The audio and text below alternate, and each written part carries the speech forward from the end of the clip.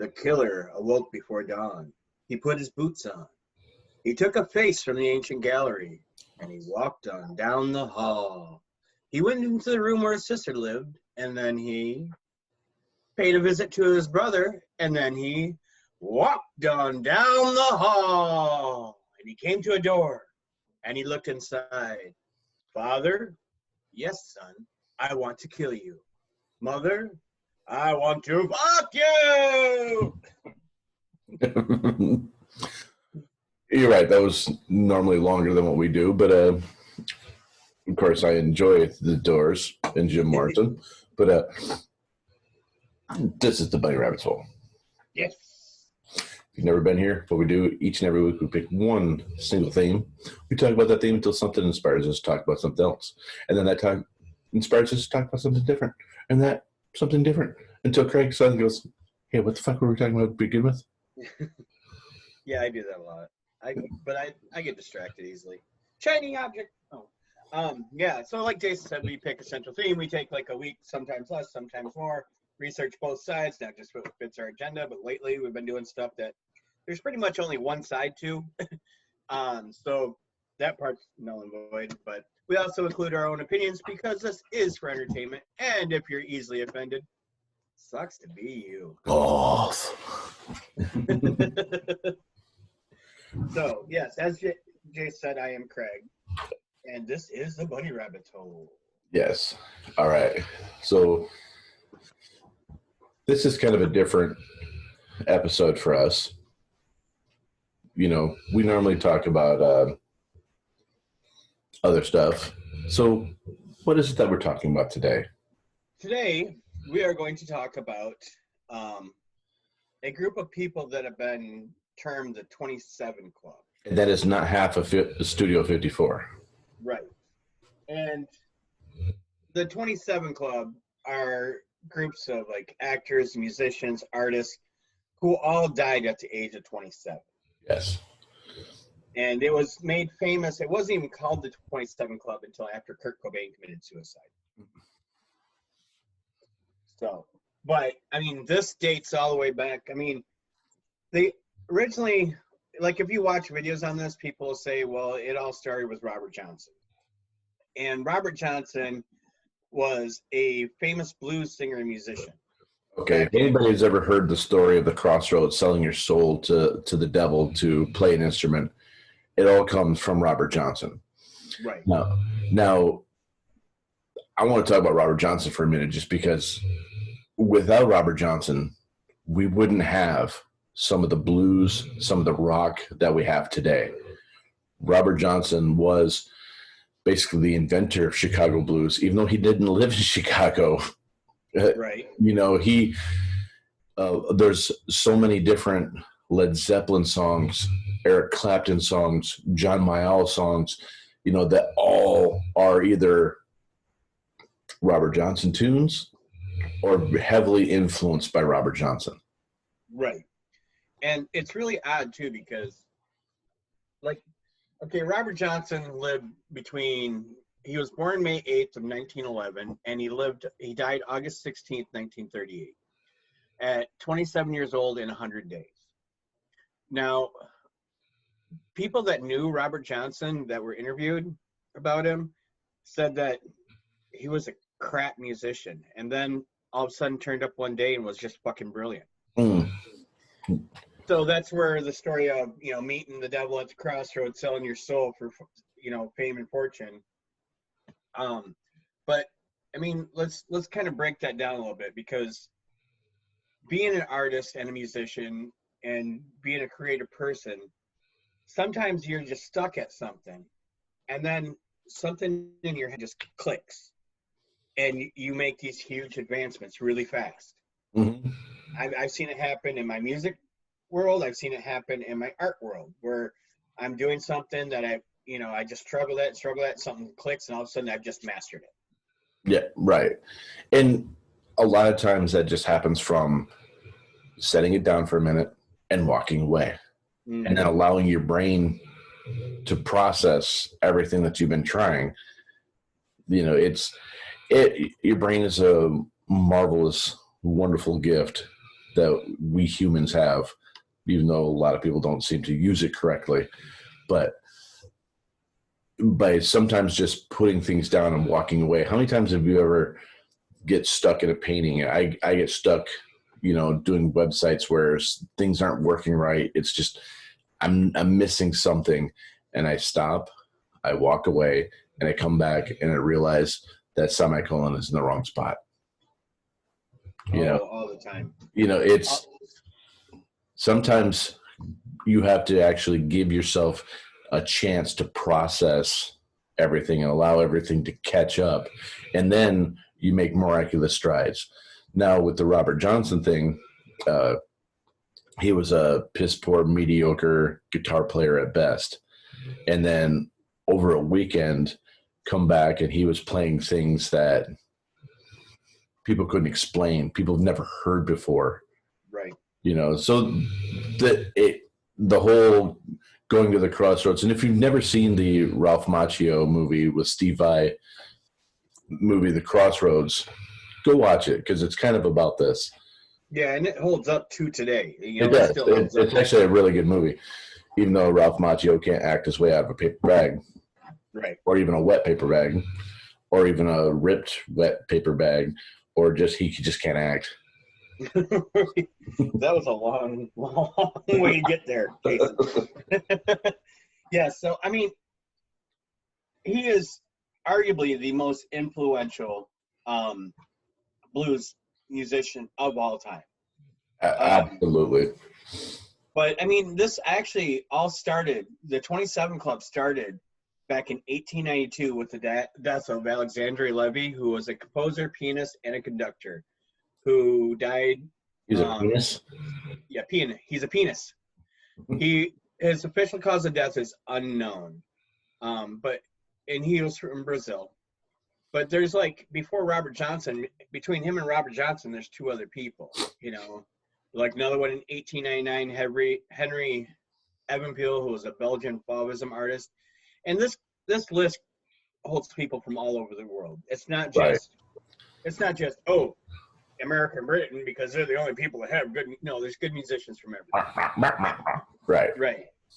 Then in 1908, Louis Chabon, who was an American ragtime musician, passed away from neurosyphilis. Sorry, that's my love affair with ragtime. No, that's cool. But from there, I mean, there's a trend that you're going to notice from these. A lot of them are from drug overdoses or some sort of accident. Okay, so there are a bunch of people on this list that are honest to God suicides. Mm-hmm. Now, I take them with lesser grain of salt than I do some of the others, because it was actually kind of a choice for them to die at this age. So it's less mysterious that they died at this age. Case in point, Jonathan Brandis. He was a child actor. He was in the first It movie with the Tim Curry version. He was the younger version of the boy whose brother died. Right. He hung himself in an LA apartment at the age of 27. Now, I take that as a little less coincidental that he died at 27 when he was old enough to know that all these other people died at 27. I'm not going to take anything away from Jonathan Brandis, because, he was a phenomenal child actor of his time. Right. But adding him to this list, I think, is a little disingenuous, because he was old enough to know about the list, and he was old enough to be cognizant of his age, and it could ultimately put him on this list. Right. Now, somebody like, say, Pat Tillman, who was an NFL football player for the Arizona Cardinals, he, after 9/11, he gave up his NFL career, joined the Army, became a special ranger, went to Afghanistan, and was killed by our own soldiers. Right. So that one, even though he wasn't a musician, he wasn't an artist or anything, I would put him on this list because he was killed by his own people, his own troops, at the age of 27 after giving up millions of dollars to play in the NFL to serve our country. So I put more weight on somebody like, say, Pat Tillman, who it was his choice to join the military, to go over to a war area, than I would say a Jonathan Brandis, who was, kind of made the choice to join the list, if you get what I mean. Yeah. Well, and so I'm gonna kind of stick a little chronological, because after Robert Johnson, probably the next one that I would say who was somewhat people might remember would have been Rudy Lewis, who was the vocalist of the Drifters, which was a rock band back in the 50s. Yeah, they did Earth Angel. Yeah. Earth Angel, Earth Angel. It's one of the songs that the band plays at the Enchantment Under the Sea dance in Back to the Future. It's actually the song that Marty is actually disappearing to. So if you needed a reference of what song that was. Right. But then we're going to jump up to 1969, where there was kind of a string of them that started with Dickie Pride, who was he was a British rock and roll singer. I mean, I've heard him. I don't remember stuff. I don't remember him either, but I do. The name is familiar. Yes. And his was Sleeping Pills, drug overdose. Yeah. See, now, okay, but Jason, you said a suicide shouldn't put you on this list. No, I'm not, because this list wasn't a list at the time. Mm-hmm. So there's a little bit different when you get to that. Yeah, I can't think of anything that I can't remember anything that Dickie Pride did. Right. But I could probably look up his Wikipedia here. Singles. Let's go singles. Slipping and Sliding. Yeah. Slipping and Sliding. Yep. Yeah. So he was the quintessential early 60s. What we would call pop today. What we would call pop today, they called rock and roll. Right. But then it goes to the person that, is like, you'll go to YouTube and you'll say, here's 10 most famous people from the 27 Club. And this is one of the big ones. It's Brian Jones. Brian Jones, exactly. It was when you say this, the 27 Club, Brian Jones's name is always thrown in there with the rest of them. He was one of the original founders of the band, the Rolling Stones. Well, while we're right there, he was, of the Rolling Stones, he was the member that really kind of epitomized the change in rock and roll and the hippie culture at the time, because he dressed avant-garde and stuff like that. And at that time, Mick and Keith were just geeks. Right. And then after he died, they started taking on his persona and started being more glamorous and shit like that. Right. It was kind of the same with the Who with Keith Moon. Mm-hmm. I mean, Keith Moon's not a member of this club. It would be, I don't want to say it'd be awesome that if he was, but Keith Moon was kind of the one of the first legends in rock and roll bad behavior. Right. So where what Brian Jones did was change the look of rock and roll. What Keith Moon did was change the attitude. Yep. So, and it's interesting because Brian Jones, his death was he drowned in a swimming pool. The coroner report states death by misadventure. Now, yeah. I want that on my death certificate. Yep. Just that misadventure. But the thing is it sounds like a cartoon on Adult Swim. Right, but I'm like, the conspiracy theorist side of me wants to like look a little deeper in that, because then after he passes, Mick and Keith take on his persona, which they were too afraid to do before he was dead. Right. Yeah. It's funny how that's happened a few times in rock and roll. Actually, more than that, it's actually taken on. There's actually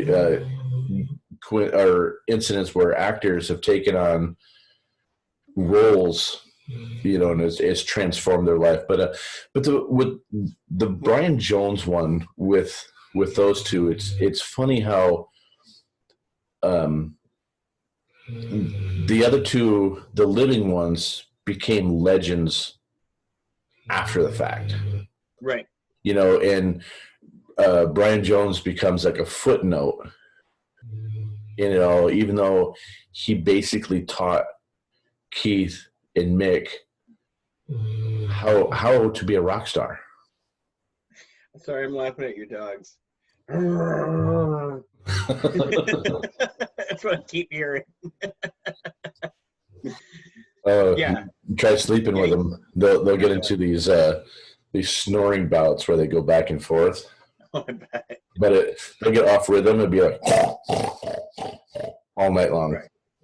Anyway. Yeah, but yeah, I mean, I agree. It's weird, but I mean, there's like bands that replace their dead singer, and that person that they replace them with takes on the persona. I mean, let's look at like Queen. Yeah, or AC/DC. Yep. Brian Jones basically. So the first couple of tracks that AC/DC came out with Brian Jones, he had his own voice. Mm-hmm. After that, he became Bon Scott. Right. He didn't have the persona of Bon Scott because, let's face it, it's that was a fast track to death if you try to become Bon Scott. But the sound was identical. Right. Yeah, I mean, it's just, so we're gonna go ahead. The Brian Jones taking over for Bon Scott was essentially Journey finding a karaoke singer to replace Steve Perry, but they did this in the early 80s and we all bought it. It's a novelty with Journey. It became a way of life with AC/DC. Right. Yeah. So we're going to go from, what's his name? Where did we go? Oh, shit. Where'd it go? Oh, there it is. Okay. So from, Brian Jones, we're going to jump up to Alan Blind Owl Wilson. Now, he died on September 3rd of 1970 from a drug overdose of barbiturates, which they think is possibly a suicide. Now, people that don't know Alan Blind Owl Wilson, he was the leader and singer of Canned Heat, which are famous for songs such as On the Road Again. Just can't wait to get on the road again. They were in if you watch either the Monterey Pop Festival movie or the Woodstock film, you will see him in it. Canned Heat performs in both. They performed at they had a spectacular set in the Woodstock film. So I go watch that. It's pretty damn good. Yeah. So I mean. And then we're going to go up to one of the most famous ones. Alan Wilson is so his nickname was Blind Owl, and the reason was it's actually kind of a funny story because he had nearsightedness to the point of almost being blind. Could not see things that were far away. Oh wow! So it's kind of funny that. He was on stage at two of the most famous concerts ever, the Monterey Pop Festival and the first Woodstock. and he couldn't see the crowd. Maybe that's why he performed so well. Right, right. An interesting side note on a previous one, Louis Chavan, is he was the youngest member of the 27 Club at 27 years and 13 days. Oh, wow. Just a fun fact I want to throw in. So you barely 20. Geez, you died 2 weeks after your birthday? Yeah. I mean, shit, I'm only a week after my birthday, and then, oh, wait, not even a week yet. Right. You're like 3 days, dude. Right.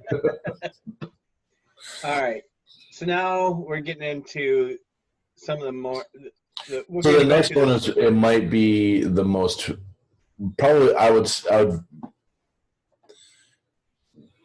if you span time and generations, this next one is probably the most famous. Mm-hmm. There's another one with a younger crowd that might take that title that we'll talk about later, but this next one I think probably is the most famous on this list. Well, the next three, basically, I think they're all pretty much equal. Well, the next three, actually, it's funny because the four in a row that we'll talk about actually all performed at Woodstock. Yeah. So the next one is, are you experienced? Yeah. It's the Jimi Hendrix Experience. Now, Jimi Hendrix died on September 18th, 1970 from asphyxiation. Yeah. Asphyxiation. Mm-hmm. Huh. Yeah. Anyway, I don't want to go into the why and the how that he died.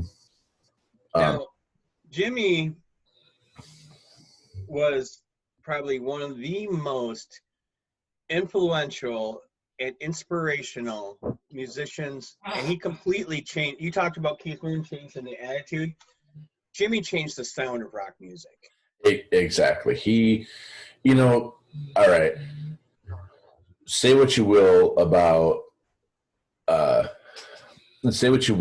him and his drug use and everything. There was something about the fact that this young man, up until 27, with probably the only person on this list that you can say this about, took an instrument and completely revolutionized how it is actually played. Because Robert Johnson, earlier we talked about, he had his deal with the devil at the Crossroads and came back and was playing things that people have never heard before. Jimi Hendrix he was 23 years old, and this is probably the worst booking in rock and roll history, that he was the closing act at Woodstock. He was the last performer on stage at Woodstock, and it has probably the most famous performance ever that nobody saw is when he did the Star Spangled Banner. Mm-hmm. He changed and this is how I'll say he changed how people took the instrument of the guitar. In the Star Spangled Banner, not only did he play the song, it's our national anthem, he played that, but he made it a war at the same time. There was bombs going off. There was, with the bombs bursting in air, he did this on the guitar in real time in front of us. And up until this point, nobody had done that. Right. I'm not saying that he was the first to ever do it. I'm just saying that's because obviously if you want to go back to guitar distortion, you have to go back to Ike Turner. He was the first one to actually use distortion on a guitar. So that's I'm not going to go down that road, but to turn it into such a performance art piece. Yeah. He did that in a way that nobody else had done up until that point. Right. And I mean, Jimmy was he was famous for his stage antics too, like playing the guitar with his teeth, playing it behind his head, setting it on fire and praying to it. And I mean, Jimmy was a left-handed guy, and couldn't find any left-hand guitars at the time, so he had to take a right-handed guitar, flip it over, and restring it, and learn how to play it that way. Yeah. And like phenomenal musician. I used to get frustrated because, you know, you'd listen to him and you'd watch his live stuff, and it was frustrating because he would never play the same solo twice. Right. Because he's playing all along the Watchtower. You listen to 3 different versions of that by Jimi Hendrix, and there's 3 different solos. Yes. And a lot of times it's just because in the moment inspiration made him change it. And a lot of times he was just too high to remember what he played. He didn't remember what he played the night before. Yeah. Yeah. But that to me, there's 2 sides to that coin. One is he had such talent that it didn't matter. He could still play. He could still pull something out of his ass that was, you know, phenomenal each and every night at that particular point. And they can also say it's like, man, you could have made your life so much easier. Right. And you just remembered. Right. But I mean, without Jimi Hendrix, we would never have had Steve Vai, Joe Satriani, Yngwie Malmsteen, Eddie Van Halen. Exactly, because he opened up. Like I was trying to. I had a long-winded way of saying it before. He had this way of turning the guitar into a performance art piece, and up until that point, you had people like, you know, the Pete Townsend doing The Windmill was about the biggest performance art that you had with the guitar up until this point. Right. You know, there was people that were doing things while they're on stage with the guitar, but there was still just standard chord progressions, standard changes. It was, you know, it didn't become a magical, I'll say. Right. Until what you saw Jimmy do. Right. Okay. Before I get destroyed online about that, I'm going to say, before you saw the coverage that Jimmy got for doing it. Okay, I'm not saying that he was the very first to ever doing any of this. He was the one that popularized it. Right. You're not going to get murdered online. Nobody listens to our show. All right, now we're going to go to... So fuck you, Alex. My favorite blues singer is the next one on the list. Okay. And as a kid, I had dreams about her. Oh, wow. Yeah, where I sat down and talked with her. And this is Janis Joplin. And, you know, people know Janis from, like, Me and Bobby McGee and other great songs like that. She had the most phenomenal voice. Yes. And it's with her that I'm going to touch on a topic that we're going to cover in another podcast down the road. But, see, Janis grew up being bullied in school. Mm-hmm. And she never fit in or anything like that. So I want to interject something real quick in that, because we know one of her bullies. So the football coach for the Miami Hurricanes, who went on to coach the Dallas Cowboys and today is still a Fox NFL analyst, Jimmy Johnson, went to high school with her and was one of her bullies. Another reason for me to hate that guy. Yeah. They went to high school together, was one of their bullies, and the town to this day, the little town in Texas, still will not acknowledge that it's the hometown of Janis Joplin, but they will, and they have erected a statue for Jimmy Johnson. So fuck that little town. Yep. But, I mean, she had this voice. I mean, she had the raspy voice, but her emoting through her lyrics and her vocals made you feel every bit of angst, anxiety, sorrow, everything that she wanted you to feel. She could make you feel that just by opening her mouth. She took you on a roller coaster ride. And yeah, it was, so your mom and my mom listened to Janis a lot. Yep. So we listened to her a lot growing up.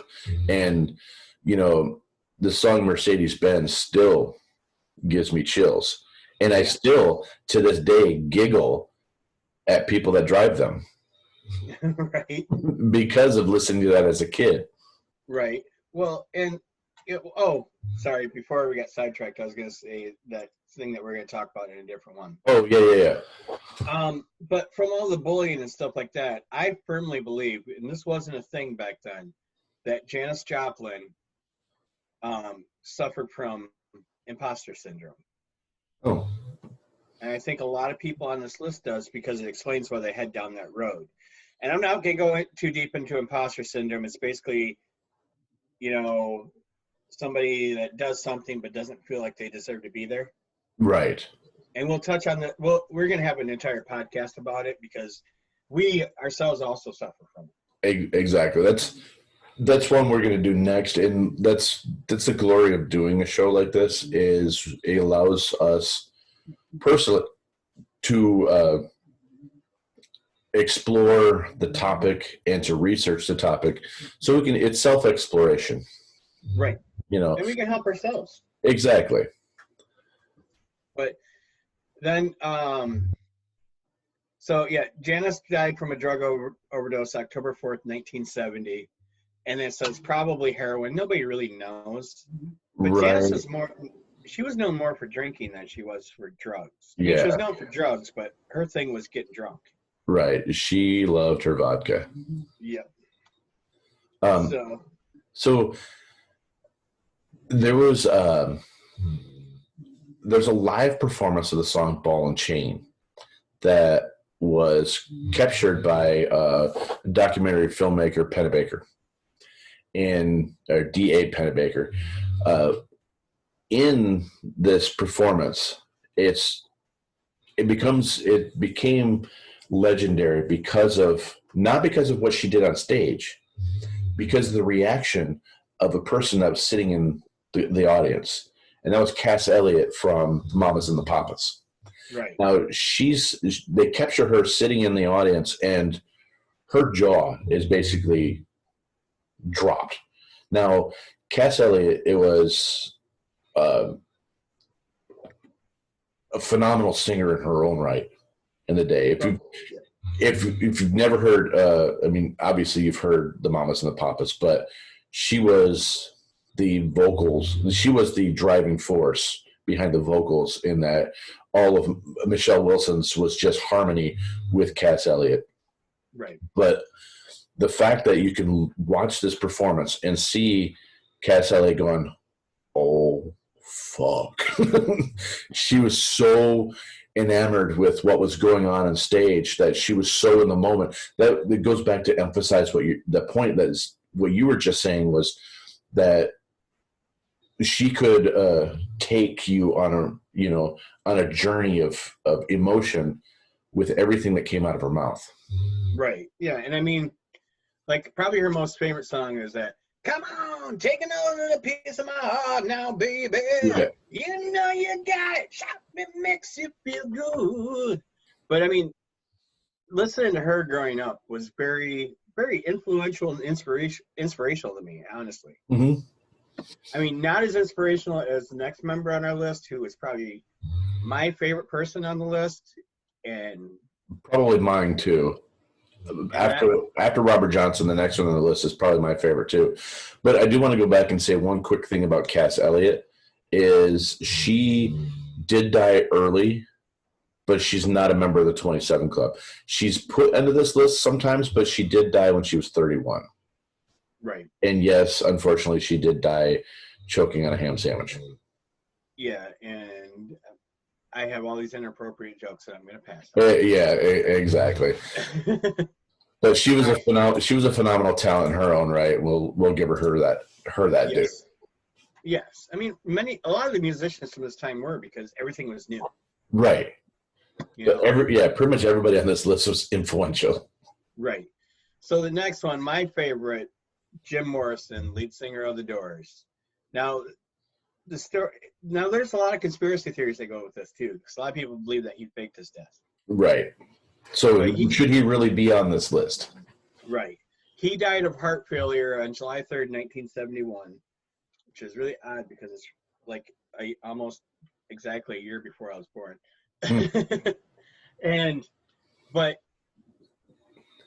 So Jim grew up in a strict military family where if you didn't do things the right way, you were treated like you were in the military. Yeah. And like the term today would be smoked. Because I had a son that was in the military and I learned it from him. But so he had this strict upbringing and constantly traveling and stuff like that, you know, from army base to army base. And so once he got a chance for freedom, he took it to the extreme.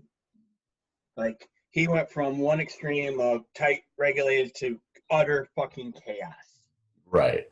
And you kind of see this, you kind of see that happening in kids that were really sheltered growing up, and they get a little bit of freedom and they don't know how to or they don't know how to function. Mm-hmm. And so they try to sample everything. Right. And like, I mean, Jim Morrison, the Doors, everybody knows the Doors. We don't have to tell you what they played, but he was also a brilliant poet. And he died in France in a bathtub. Yes. With a heart attack. And a lot of people think he faked it because he just wanted out of the life. Because the one thing that we haven't mentioned in all this, and this helps with the imposter syndrome, not really helps the imposter syndrome, but it because of the imposter syndrome pushed down that road. The music industry is evil as fuck. Right.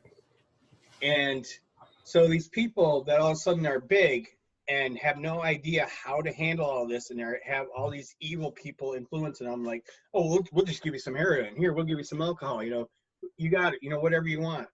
You know, because when they're drunk and they're, you know, hooked on drugs, it's easier to control them because you just give them their next dose. Yeah. You know, so unfortunately, a lot of these people fall victim to that. And Jim Morrison, yeah, I mean, he had heart failure. He was like, I mean, when he was performing, he was like a stick figure. But then after he quit performing, he got fat. But he had done so many drugs, drank so much alcohol that would, I mean, yeah, it would seem that he could have a heart attack at 27. But, you know, it's funny because he actually graduated college. So normally people do that at, you know, 21, 22. So I don't know how old he was when he got his bachelor's from UCLA. But so he finished high school, finishes college. Then he's got this window of like 5 to 6 years to do everything that he did. Yeah. You know, man, take any 5 or 6 year period of your life, my life, anybody's life, and can you honestly say that you or anybody else had accomplished more in that little window than this man had? Right. I mean, yes, he died at 27, but his legend is immortal. Yeah. I mean, even though there was a lot of grandstanding and, sensationalism in the Oliver Stone movie, The Doors, but Val Kilmer played him pretty well. Yeah. You know, it was a great depiction of the man, and you can see that's probably the closest most of us will ever get to seeing the chaos that was Jim's life. Right. But he wasn't one of those people that turned it on when the cameras were on. That was just him. Right. Yeah. At all times. And Jim did not like authority, No. which growing up in the household he did, understandable. So there was only a couple times actually he got to perform on TV. One of the times they wanted him to censor the word higher and come on, baby, light my fire. Yes. The Ed Sullivan show. Yeah. So he gets on there and he's singing it and he's like, you know, gets to that part and he just basically just really holds out higher and makes sure everybody hears that the word is higher. And he leans to the camera to make sure that everybody knew. And then another time, I think it was the Ed Sullivan Show again. This is when he got banned for basically TV on the Ed Sullivan Show. Jim was also very shy. Mm-hmm. So a lot of times he would start singing with his back to the audience. Right. And when he'd get into it, he'd turn around. So he's singing on the Ed Sullivan Show with his back to the audience, and then turns around and his dick is hanging out of his pants. But he hated authority. He did everything he could to thwart authority at any chance he got. Yes. And that was one of those ways. You can't tell me what I can and cannot do. I'm going to do what I want. He took freedom to a whole new level. Yeah. The one thing that I'll say about Jim is he was often copied, Mm-hmm. and nobody has ever come close. You know, they say imitation is the best form of flattery, but there are so many people that have tried. There are so many people that have failed, and there's very few people in this world that'll ever say left a lasting impression and that will never be repeated. One I'll say was Hendrix. Another I'll say was Joplin. Another I'll say is Jim. And that, I think, is the reason that those three, I think, is the reason that this list is so popular, or that's why we're even doing a show about it, is basically for these three people that all happen to die at the age of 27. Mm-hmm. You know, there's a couple other people that I would say that. It's been 2 years. Yeah, exactly. There's a couple other people I'll say that were in that mold of unique, and like another one I would say is Hunter S. Thompson. Yeah. We'll never have another Hunter. You know, there's a few other people in there, but I just wanted to give Morrison his due that you can't change, or you can't replace a treasure that was Jim. Right. I mean, if I would have to look through and say the person that I would mostly or closest associate with Jim Morrison would have been, and it's because of his lyrics, because of his mannerism. There's two people. One is Lane Staley, Mm-hmm. and the other one is Dax Riggs. And Dax Riggs was the founding member of Acid Bath. Oh, yeah. He was the vocalist for Acid Bath. I saw him. Because he just has a solo band. I saw him, I want to say close to 10 years ago in Grand Rapids. Mm-hmm. And this man, look at him. I thought I was watching Jim Morrison perform with a guitar on. You know, it was, and his voice is so similar to Jim. Same with his lyrics and stuff like that. And he looks like it. So those would be the two people that I would closely associate. Lane Staley more so because of the poetry and this is my image, like it or love it, or like it or hate it, I don't care. Yeah. That in your face, fuck you thing. So one other thing that's a side note to Morrison that most people either don't know or never knew, you know, don't know or never knew, it's the same thing. Don't know or forget is his life partner, Pamela Corson, died 3 years after Jim Morrison did, at the age of 27. Oh Jesus, I didn't know that. Yeah. So the character that goosebumps.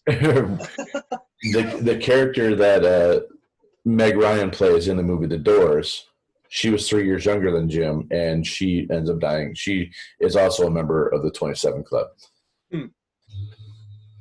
Then we got, so now we'll go on because we've been dragging on this a bit.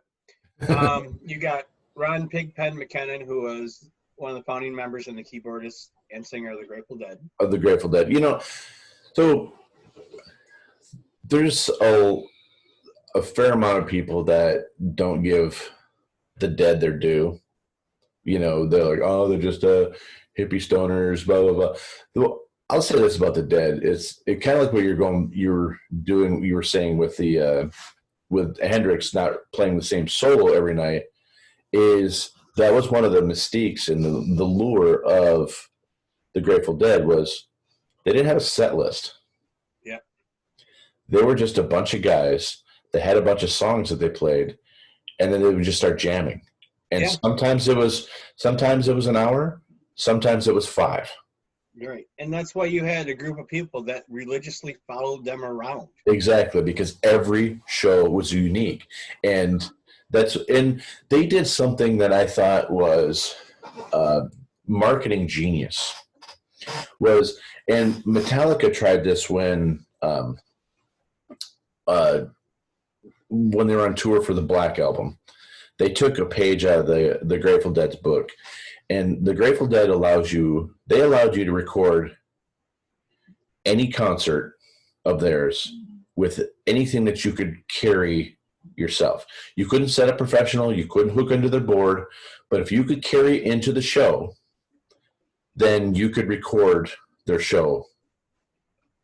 And the reason that they did this, Metallica actually did it, like I said, for the Black Album, was Metallica gave you permits for that show and allowed, like, I don't know, it was like 10 or 15 people to record the show. And what they were hoping, and what the Grateful Dead did, was they flooded the market so bad that nobody could make bootlegs of their shows because they were openly traded. Nobody could make money off of their music except for them, because they were the only ones that released actual albums. But there was all these shows that were out there that anybody else could enjoy forever. And I thought that was a great thing that they did back in the day. Yeah. And he died from gastrointestinal hemorrhage associated with alcoholism. That's so okay. How much do you have to drink to get a heart failure, to drink yourself to death? I mean, there's another one on this list that we're going to talk about a little later that she drank herself to death. Right. At the age of 27. Yeah. Yeah. I mean, that's a lot. Yeah. So I want to keep this going because there's a lot of people I still want to touch briefly on. Right. Like Dave Alexander, who is the bassist for the Stooges. His was a pulmonary edema. Uh-huh. Pete Ham was suicide by hanging, and he is the oldest member of this list. He only made the list by 3 days. Wow. He was 27 years old in 362 days. Yeah, and he was the member he was from the band Badfinger. Yeah. And I mean they existed from the 60s to the 80s. So being 2 days shy of his 28th birthday kind of makes you wonder if he was just trying to get on the list. Right. But this was the list really a thing at this point? Yeah, the list wasn't really a thing at this point. So, so then we'll jump down to Gary Thane, who was bassist for Uriah Heep, and his was a heroin overdose. I don't know who that is, so I'm going to skip by him. You got one you want to throw on there? No, going down this list, there's like Helmut Kohlin, Chris Bell, Zion, DeFleur. I don't know who any of those people are, to be honest. Pete DeFreitas, who was the drummer for Echo and the Bunnymen. Right. His was in '89. So what I want to touch on before we go on to the next really big one is the case of Mia Zapata. I was going to do that too. Okay. Go for it, though. So you do it, and I'm going to run to the bathroom real quick. Sorry, folks. Okay. Jason, carry it. I watched this show. It was an Unsolved Mysteries thing about a young lady from Seattle. She was she was the singer for a punk band called The Gits. Now, as the story goes, she was drinking in a bar one night in the Capitol Hill area of Seattle, which, if you don't know that, that's just on the other side of I-5 from downtown. And she was followed home and then found murdered, on her way home. It's weird that some people got on this list because they didn't try to be on this list. It's like she was just added to it, I guess is what you'll say. But the crime went unsolved for over a decade. Now she was killed 3 days after July 4th in 1993. And finally, Jesus Mesquia, I think is how it's pronounced, was tried and convicted and sentenced to 36 years in prison for it. Now, if you go to up in Seattle, you go to the Music Experience Project, which is that weird shaped building that's underneath the Space Needle. There is a little shrine to Mrs. Zapata there, and what the Gits accomplished in their 7 years as a band. But it was weird because watching the show about what happened, it actually took place. I mean, it was 4 years before I moved there, but it actually took place in the neighborhood that I lived in when I lived in Seattle. Oh, wow. Yeah, it happened. I mean, it's probably like 10 or 12 blocks away, but I could walk to the same bar that she was last seen in. Right. All right. So from there, I guess we have to go to another individual from Seattle. Yeah. Let's spend a lot of time there, though. Let's skip him for a minute and jump to somebody that is somewhat related to him. Okay. And that would be Kristen Pfaff, who was the bass player for the band Hole, and Hole was the band that Courtney Love founded, and Courtney Love was married to the guy that we're now going to mention. Yes. And some say that Courtney Love is the one that shot him. Mm-hmm. Or at least talked him into shooting himself. Right. And that would, of course, be one Kurt Cobain. Right. Yeah, and literally, she died like 2 months after he did. So, which is, if you're going down the conspiracy theory highway and you're talking about Courtney Love talked him into it or possibly did it, maybe he was having an affair with her bass player. I mean, granted, we're just creating stories. We don't know any of this shit. I'm sorry, and that's disrespectful. I apologize for that. But she could have known what had happened and then dies of a heroin overdose. Right. 21 days later. Right. But yeah, I mean, but like Kurt Cobain, everybody knows Nirvana, you know, and a lot of great things came. That was Dave Grohl's first band. Right. Right. Yeah, the guy from the Foo Fighters, that was his first band. Yeah. I wasn't a big fan of Nirvana. I loved his lyrics. I wasn't a big fan of his music or his voice, but the songs are catchy and you can't help but sing along. Right. And I'll say this, their first album, Bleach, I think is a really good album. Nevermind was obviously poppy, and it was what it was. It was made for the radio. Yeah. But if you go to that their first album, Bleach, it is a very raw, very emotional, And I think it's a true testament to what they could have been. Right.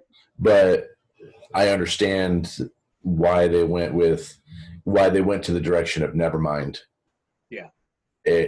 Obviously, some people, you got to pay your bills. Yeah.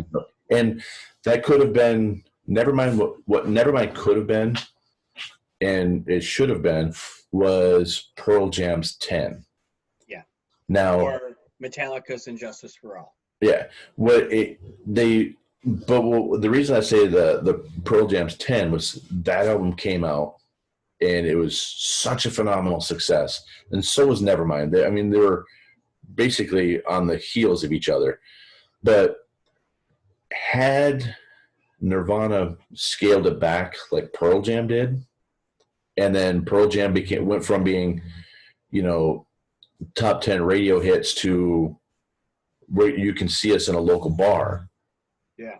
I think Cobain would still be alive today. Yeah. Yeah. And Pearl Jam did it because they had a fight with Ticketmaster, and they didn't want Ticketmaster making money off of their performances. Right. And so they said, fuck it, we're going to release our own albums on our own label. We're going to do our own ticket sales. The only way you could see us is to buy tickets from us. And they have such a following now that are, Dead-like, Grateful Dead-like cult following behind them because of they took on the capitalist dogs and they won. Right. Now, had Nirvana done something similar after Nevermind, I think they would probably still be performing at local venues, and they'd be putting out phenomenal music today that everybody can enjoy, and he would still be alive. Right. And I think the thing that really bugged me the most about Nirvana, it wasn't even anything they did. It was what the media and the record companies did. And they labeled Nirvana as the ones that created grunge. But right. Soundgarden had been around for 10 years by that point. Exactly. So, let's not talk, let's talk about Mudhoney, the Melvins, Green River. There's so many other Mother Love Bone. There's so many other bands from that era, and that that geographical range. Alice in Chains came out before they did. Yeah. So they watched and saw most of these other bands, growing up. Right. Especially like Green River, or, Mudhoney, Melvins, they were all around. Melvins was like one of the kings of, the motherfucker's name is King Buzzo. Okay. There's a reason that there's so many people that, give a lot of the credence to the creation of that whole sound to those other bands, the people that know, not just the, right. the photographers. Right. And but saying all that and kind of discrediting that, I'm not trying to discredit what Nirvana and Kurt Cobain did, because Kurt Cobain was very influential in his own right. Oh, definitely. He launched a bunch of, Kurt Cobain wannabes after him, much like everybody else on this list did, just like Jim Morrison did, just like Jimi Hendrix did, just like Robert Johnson did, but even, I'll say this, even one of his own band members basically took on his persona in his own band. Yeah. Dave Grohl actually decided, what, that worked. Yeah. I don't want to sit behind that drum kit anymore. I'm going to pick up the guitar and I'm going to stand up here and I'm going to sing now. Right. It's my time. Yeah. And arguably the Foo Fighters, I think, have probably outsold Nirvana at this point. Yeah. They've had a longer tenure, but yeah, true. Especially when, Dave Grohl's probably, late 40s now, early 50s. And but yeah, you can. I may sit here and it may sound like I'm talking down about Kurt Cobain, but I won't take away from what he did. But one thing I do want to talk about was a conversation he had with his mother shortly before he died. Mm-hmm. And okay, so for those who don't know the story, which I'm sure everybody does, Kurt Cobain committed suicide with a rifle. Yes. All right. So he was talking to his mother, and his mom and him had a really close relationship. And the last thing his mother had said to him was, "No, don't do that. Don't join that club. You don't want to be part of that club." So everybody at this point thought, "Oh, she's talking about the 27 Club." You know what we're talking about here. But if you look into their family history, Kurt had 2 uncles that committed suicide. Oh. And I firmly believe that's probably the club she's talking about. More than likely. Because he would understand that because it would hit home, you know? Right. Just being on this arbitrary list of people that died at the age of 27. Yeah, and it wasn't even called the 27 Club until after he did it. So. Right. Yeah, and I urge anybody to watch the documentary called Montage of Heck. Now, it was created by Frances Bean Cobain, Kurt's daughter. And it's a whole bunch of different video footage and archival photos and stuff, and her own look into her father's life. And I urge anybody to watch that one. There's another one out there. The name is escaping me. Life in Bleach, I think or covered in bleach or something like that. That one is more the conspiratorial version of more than likely that how Courtney had a hand in his death. Right. And that one kind of goes into, there's no way that his hand could have been on the trigger. I don't want to go into it all, but that one is more conspiratorial. But they're both good documentaries. But if you really want a good look into the life of Kurt Cobain, I urge you to watch Montage of Heck. Right. All right. So from there was a bunch of there was a bunch of people in this stretch. Okay, one thing I need to talk about. Okay, Cobain did it in 1994. Morrison did it in 1973. So there's 21 years in between those two. Granted, a bunch of other people died in between that, but nobody as big. Right. So, and then the rest of those people on this list, between him and that girl that you wanted to talk about, are pretty much the same as between Morrison and Cobain. Yeah. They were they didn't get the level of fame and notoriety that these other people did. Right. The only one up until probably the next person we're going to talk about that I would say that was even remotely had any kind of fame on there was, we'd already talked about, Jonathan Brandis. Right. Well, there's another one that I wanted to, and that was Dash Snow. Okay. He was an artist, but he came from a rich family, which is kind of weird because you don't see that a lot from people on this list. Right. His family were known for as being philanthropists and stuff like that, but he would create art and photographs that depict scenes of sex, drug taking, and violence, and art world pretense with candor. And he did it with like a group of people in his social circle and stuff like that. But he was a really talented artist too. But he died of, oh shit, where'd it go?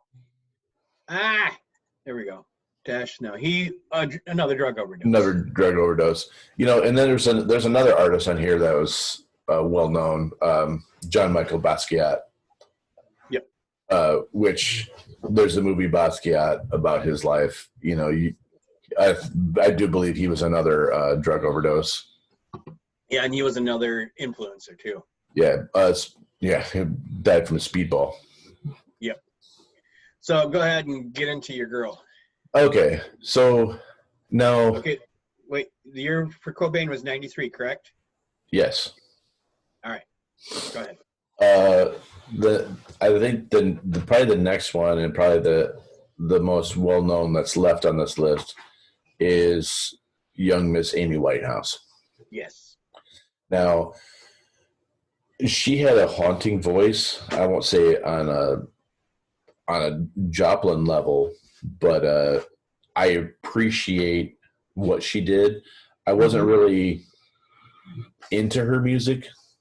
You know, I like we were talking about, wasn't really into a lot of the later Nirvana stuff either, but I appreciated it. Right.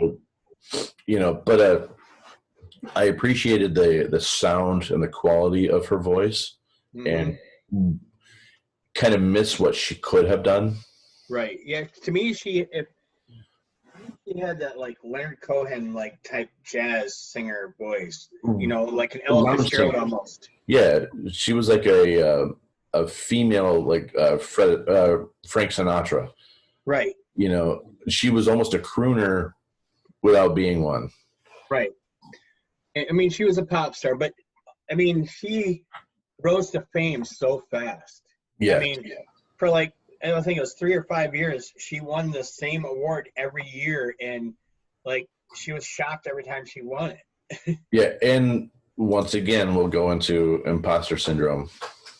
Yes, because like one of the things that kind of led to her death was around that time that she died, she wanted to get away. She wanted to get away from everything, and so she talked to her. I don't know if it was her boyfriend, manager, or whatever. And so they took this trip, and he brought a film crew. Oh. And that pissed her off because she didn't want to be recorded. She just wanted to get away. She wanted to escape. Had she been able to escape, there's a good chance she'd still be alive today. Right. Your whole life does not need to be documented. I don't give a fuck what you ate for dinner last night. I don't give a fuck what restaurant you're eating at. It doesn't pertain to my life. Leave these people alone. Let them have some private time. Exactly. Or you fucking lose them, like we did her. Or they get so jaded that they just start releasing shit. Yeah. Yeah. I mean, and, like I said, I didn't know a lot of her stuff. I I'd heard of her. I heard she died young. I heard she was part of the 27 Club. But, I mean, doing the research for this, and it was just it's sad because I'm like, that girl had a lot of potential. Yeah. Once she got to the Madonna level where she could do whatever the fuck she wanted, I would have been amazed to see what she could have done. Exactly. Now, one of the we were talking about what her voice was like. If you remember back in the day, there was a female singer named Ronnie Spector. Okay. She was the female voice on that one Eddie Money song. I'm trying to remember. Take Me Home Tonight? Yes. She was the female singer for that. There's a lot of similarities in the power of Ronnie Spector's voice to Amy Winehouse's voice. And that's one of the correlations, or probably the best thing. I'm looking through all this shit, and that's probably the best comparison I could find. Yeah. So now there is somebody else on this list after Amy who wasn't just a musician, but was also an actor. And you may know him from the reboot series Star Trek, and he played Chekhov, and that's Anton Yelchin. Yes. And now the way he died was so fucking brutal and accidental. Yeah. He had gotten out of his Jeep to go open the gate to his building and didn't set the parking brake or something, and the Jeep rolled forward and crushed him between the Jeep and a brick fence. Yeah. And he died from blunt trauma and asphyxia. That might be the most horrifying way to die that anybody on this list suffered. Right. And now, I want to touch on something you're talking about just doing something to get on the list. Mm-hmm. All right. I mean, a lot of us have heard about the K-pop craze, the Korean pop. Yes. So Kim Young died of suicide by carbon monoxide poisoning. He was the lead vocalist and lyricist for the K-pop band Schutt. Yeah. So did he really, or did he fake it just to get the band more sales? Again, it's part of that music industry. Right. That one, yeah. You know, I don't know enough about K-pop to get too deep into it. But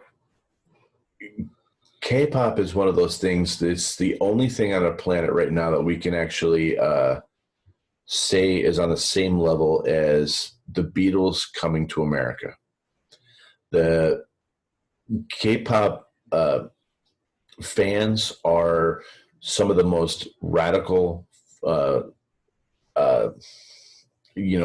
fans. Fanatics? Yes, they're nuts. They are so into these bands that they'll actually, the fans of this band will fight the fans of this band. Right. So adding yourself to a list like this could be what the band would need to overtake a other band. Right. So, now that we've talked about a bunch of people on the list, I kind of want to go into the numbers. Mm-hmm. Because there's meaning in numbers. Now, when you if you Google is there any mystical meaning for the number 27? One thing that keeps popping up is angel number. It's the angel number where you have, but this doesn't really work with the list. Okay. Because it basically means you have a guardian angel leading you on your divine mission and stuff like that. Okay, so that doesn't work. But if you go into the numerology, the meaning of number 27 numerology, the frequent occurrence of this number in your life is a message from the angels, which we talked on that. And then, but it breaks it down into the numbers. So, the number 27 carries the energy of the numbers 2 and 7. Number 2 symbolizes intuition, choice, duality, balance, power, diplomacy, harmony. It's also the number of our design soul mission. Mm-hmm. So the number 7 now means inner wisdom and overcoming challenges. This number also referred to spiritual awareness, mysticism, spiritual enlightenment, self-observation, psychic, and powerful abilities. Now that's where I want to stop for a second. Okay. Because if they have spiritual awareness and self-observation, that leads into the imposter syndrome. Some people might go, "Oh, you're going on a stretch there, Craig." I might be, but I mean, if you really think about it, that's probably why we have it, because we're always looking, why did I do that? Why did I do that? Right. But then you reduce the two numbers and they add up to 9. And it can, if it is reduced to a single digit, the number 27 becomes number 9, and thus also contains the energy of the number 9. It symbolizes the development and end of all things of our soul that no longer serve us. So now you're adding that into it on top of all that, and they did everything that they were supposed to do on this earth, and so now they're going on. Right, I can see that. And if you want to go deeper into the number, 2 and 7 equal 9. Okay, 9 is 3 threes, which is the Trinity, which is a very powerful number in numerology, in nature, in basically everything. Right. The number 3 is everything. Now it's 3 threes times 3. Right. So 27 is 3 threes is 9, and then 3 nines is 27. Right. I also read somewhere that the number 27 was the first number that can't be divided by the two numbers in it. So 2 and 7 don't go into 27. which makes sense. That doesn't. Right. So I thought that was interesting as well. So yeah, there's a lot. I mean, it's a powerful number on so many different levels. Right. That just, like you just said, the 2, the 7, the 9, the 3, the 27. There's so much energy that flows around that number. Now, on a different note, I completely missed being 27. That was one of those things. It's like I knew about this whole club early on, and it's like it was one of those things where it's like when you hit the age of 27, it's like, oh man, this is that magical number. This is that magical year. So I'm sitting at my brother-in-law's house, and he was talking about his upcoming birthday where he was going to be 27. I'm like, how can you be coming 27 when I'm older than you? He's like, because you are 27? I'm like, no, I'm 26. And their house was a mess, and there just happened to be a calculator on the floor. So I picked it up, did the date minus 1973, and it's like, holy shit, I am 27. I only realized I was 27 for the last couple months of being 27. I think I did the same thing, my 27th, the year that I was 27, but I was also in a horrible marriage, which was still kind of new at the time, so it wasn't quite as horrible yet. Right. But I was also, during this time, denying myself who I truly was. Yeah. Yeah. I was portraying a character as who I was not. Yeah, I was also in a similar situation where it was only masquerading as a decent marriage. Right. Granted, we didn't have marriage problems at the time. They didn't develop till later, but I think it was one of those things that we both got into because at the time we were lonely. Yeah. But I mean, we talked about a bunch of people that directly influenced our lives. Yes. I mean, when Kurt Cobain died, I was 21. Like the other famous ones died before I was born. Right. Like Hendrix, Joplin, and Morrison all died before I was born. Right.